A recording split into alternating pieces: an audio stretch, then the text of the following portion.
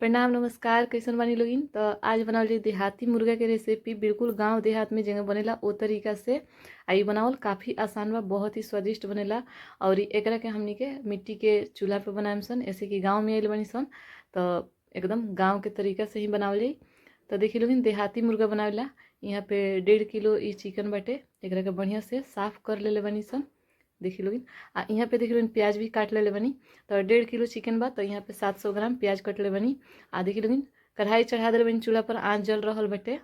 और वो कढ़ाई भी बढ़िया से गर्म हो चुकल बा। तो एमे डाल दी सरसों के तेल। काहे कि हम बिहारी रेसिपी बनावेनी, तो बिहारी हर रेसिपी में सरसों के तेल ही डालेला। तो तेल के गर्म होके दियाई। तो तेल बढ़िया से गर्म हो चुकल बा। यहाँ में डाल देनी है आधा चम्मच जीरा। एकरा के बढ़िया से चटका लियाई। ई देखी लो, यहाँ में डालनी है 5 गो सुखलका मरचा, 2 गो तेजपत्ता। तो मरचा कम चाहे ज़्यादा अपने हिसाब से कर सकत बानी लो, कितना तीखा चाहिए वही हिसाब से। सबके तेल में अच्छा से चटका ले जाई फोरन के। तो देखी लो, फोरन जौन बा बढ़िया से चटक गई बा, एक कलर भी चेंज हो गई बा। तब यहाँ में डाल दिए प्याज। प्याज के एकदम बढ़िया से चलाते हुए भूनल जाई बिना ढकले।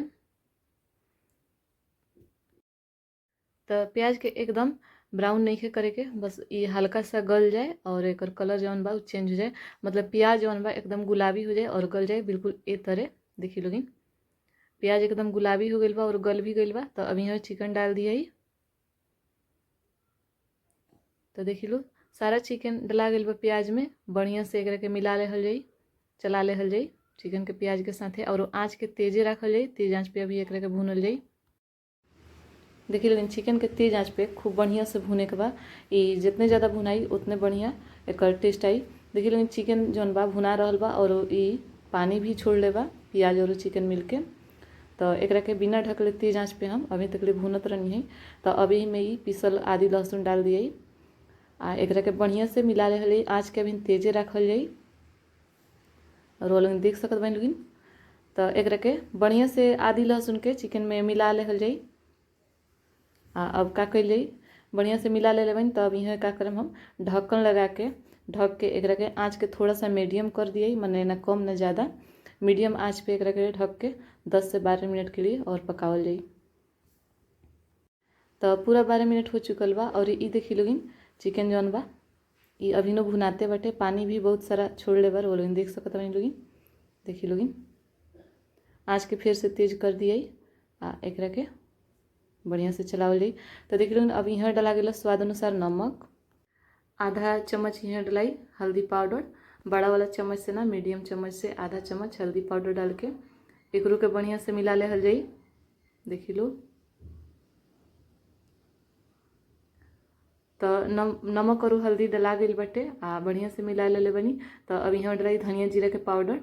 एकरो के मिला ले हल जाई खूब बढ़िया से। देखिए लेकिन आँच जौन बा एकदम बढ़िया से लाग रहल बटे। ई डलनी है 1 चम्मच लाल मिर्च पाउडर है। 1 चम्मच धनिया जीरा के पाउडर डलनी है। यहाँ देख लो चिकन मसाला डाल दिले बनी। तो अब इस सब मसाला के चिकन में खूब बढ़िया से मिला लेहल जाई। आँच के मीडियम में रखल जाई। अब देखिए लेकिन मसाला जौन बा बढ़िया से मिला ले बनी। तो अब का कर यहाँ पे ढक्कन लगा के एकरा के ढक के 15 मिनट तक ले, आँच के थोड़ा यहाँ धीमा कर दिए। बढ़िया से एकरा के ढक के 15 मिनट तक ले और पाके दिए।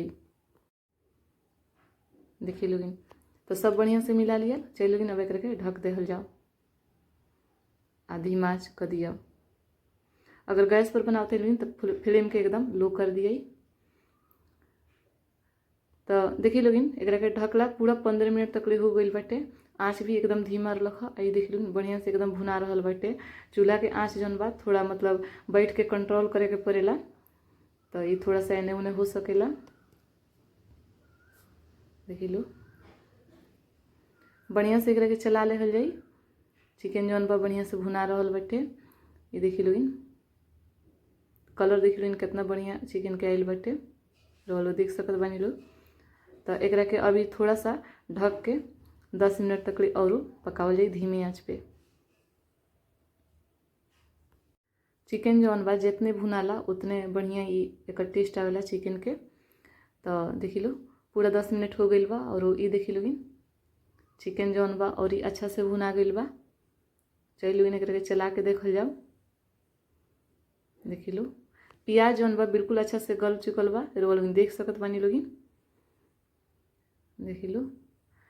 तो एकरा के थोड़ा सा औरो भूनल जाई, मतलब खुले बिना ढकले ही एकरा के थोड़ा देर औरो भूनल जाई ताकि एकर कलर जौन बा थोड़ा औरो चेंज हो जाए, देख लो। तो 4 से 5 मिनट तक एकरा के बिना ढकले हम भून लेले बनी।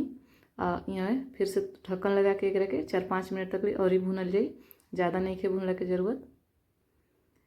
ये देखी लोगिन, तो ढक्कन लगा के पूरा 5 मिनट और ही भूननी है। आई देखी लोगिन कितना बढ़िया से तेल जौन बा सेपरेट हो गई बाटे, कलर भी एकर चेंज हो गई बा, वो लोग देख सकत बानी लो, देखी लो कितना बढ़िया ये दिख रहा बाटे।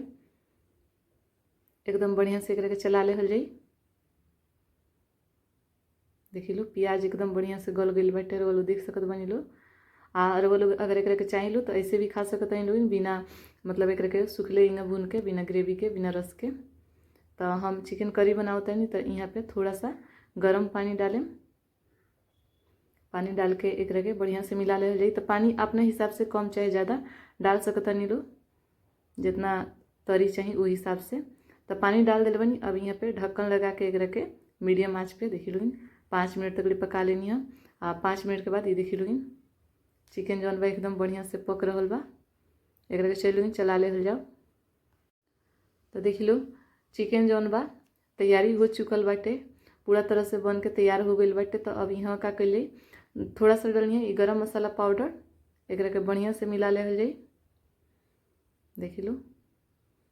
यहाँ डाल देनी है थोड़ा सा हरा धनिया के पत्ता, पसंद हो के तो डाल लूँ, ना तो छोड़ सकता नहीं। आप का कर ली आँच के बंद कर दिए, मैंने आँच के बुता दिए, गैस पर बनाते नहीं तो गैस के भी बंद कर सकते हैं। एकरा के ढक के ऐसे ही 5 से 10 मिनट खातिर छोड़ल जा सकता, देखी लो। और आँच के बंद कर दिल बनी, बुता दिल बनी, रोलन देख सकता नहीं लोग। लेकिन चूल्हा में थोड़ा सा आग बा, वो चलते ही देखी लो अभी उबल रहल बाटे। ये देखी लोगिन देहाती मुर्गा जौन बा देहाती चिकन करी बन के तैयारी बरवल देख सकता इन लोगिन। एक रस देखी लोगिन कितना बढ़िया तरी दिख रहा बा, चिकन भी बहुत बढ़िया गल गई बा। वीडियो पसंद आई तो लाइक करें, चैनल को सब्सक्राइब